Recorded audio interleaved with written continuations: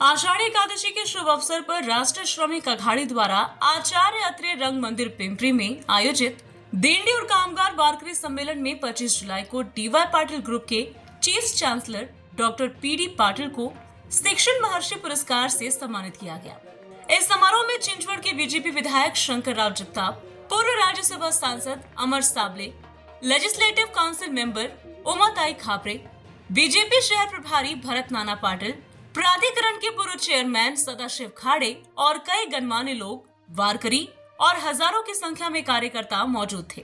यशवंत भोसले ने पत्रकारों के लिए मीडिया कोर्स सर्टिफिकेट और हेल्थ कार्ड सुविधा देने की मांग की।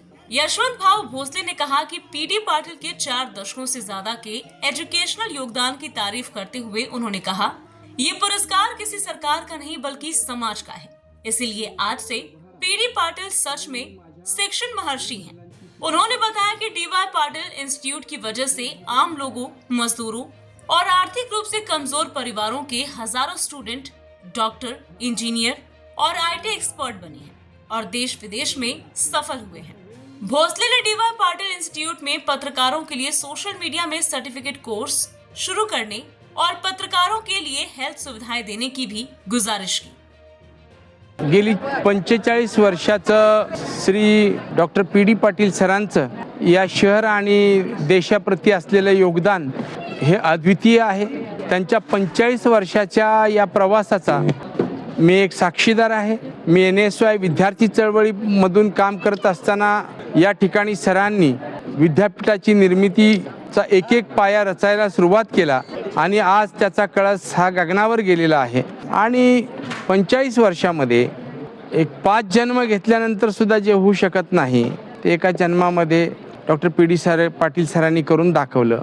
आज महाराष्ट्रातल्या श्रमिक वर्गाची मुलं, शेतकऱ्यांची मुलं देश विदेशामध्ये शिक्षण घेऊन गेली। 2-2, 3-3 लाख रुपये पगार घेतात।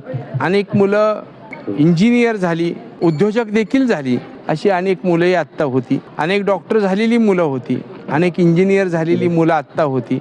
या ठिकाणी आज समाजाचं ऋण व्यक्त करावा याकरता आम्ही हा शिक्षण महर्षी पुरस्कार सरांना देशाच्या, राज्याच्या, श्रमिकांच्या वतीनं, नागरिकांच्या वतीनं, तमाम विद्यार्थी ज्यांनी शिक्षण घेतलं त्या सर्वांच्या वतीनं हा पुरस्कार आम्ही देत आहोत आणि तो त्यांनी आज स्वीकारला। एक दैदिप्यमान सोहळा या ठिकाणी आज झाला। मी मनापासून 45 वर्षाचं त्यांचं योगदान यासाठी एक छोटीशी भेट म्हणून हा पुरस्कार आम्ही दिला आणि खऱ्या अर्थानं शिक्षण महर्षी हा आमच्या डोळ्यात देखत ते घडले म्हणून हा पुरस्कार समाजाच्या वतीनं, जनतेच्या वतीनं देण्यात आला। तो त्याचा स्वीकार त्यांनी केला। आज या ठिकाणी चिंचवड विधानसभा मतदारसंघाचे आमदार शंकरशेठ जगताप साहेब आले होते, उमाताई खापरे आमदार होत्या, अमरजी साबळे खासदार होते, भरतशेठ पाटील भारतीय जनता पार्टीचे ऑब्झर्वर होते, ॲडव्होकेट मोरेश्वर शेडगे होते, सदाशिवराव खाडे सर होते, विविध मान्यवर या ठिकाणी उपस्थित होते। त्याचप्रमाणे पिंपरी चिंचवड शहरातील मान्यवर लोक आणि कामगार वर्ग मोठ्या प्रमाणात उपस्थित होता। हा कार्यक्रम अतिशय उत्तमरित्या पार पडला।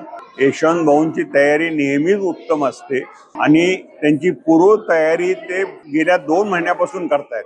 या भागातलं अतिशय चांगलं नेतृत्व हे आहे। यशवंत भाऊ ज्या पद्धतीने काम करतायत आज खरं वैशिष्ट्यपूर्ण काम आहे त्यांचं। आज कामगार वर्गाचं त्यांच्यावर इतकं प्रेम आहे की ते आपल्याला झोकून समाजावर प्रेम करतात। त्यामुळे हा कार्यक्रम अतिशय उत्तम झाला।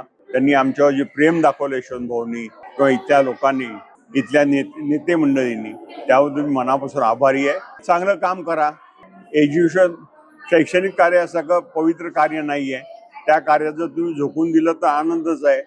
बाकी आयुष्यात तुम्ही सतत चांगलं काम करत राहावा की त्यामुळे आपल्या देशाला प्रतिष्ठा मिळेल, देशाचं वैभव वाढेल। देशाची संपत्ती वाढवायची असेल तर भाऊंसारख्या कार्यामध्ये या, चांगलं काम करा, मोठं काम करा।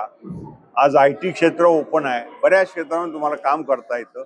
एवढाच माझा bureau report, V-SRS news, Pimpri Chinchwad, Maharashtra.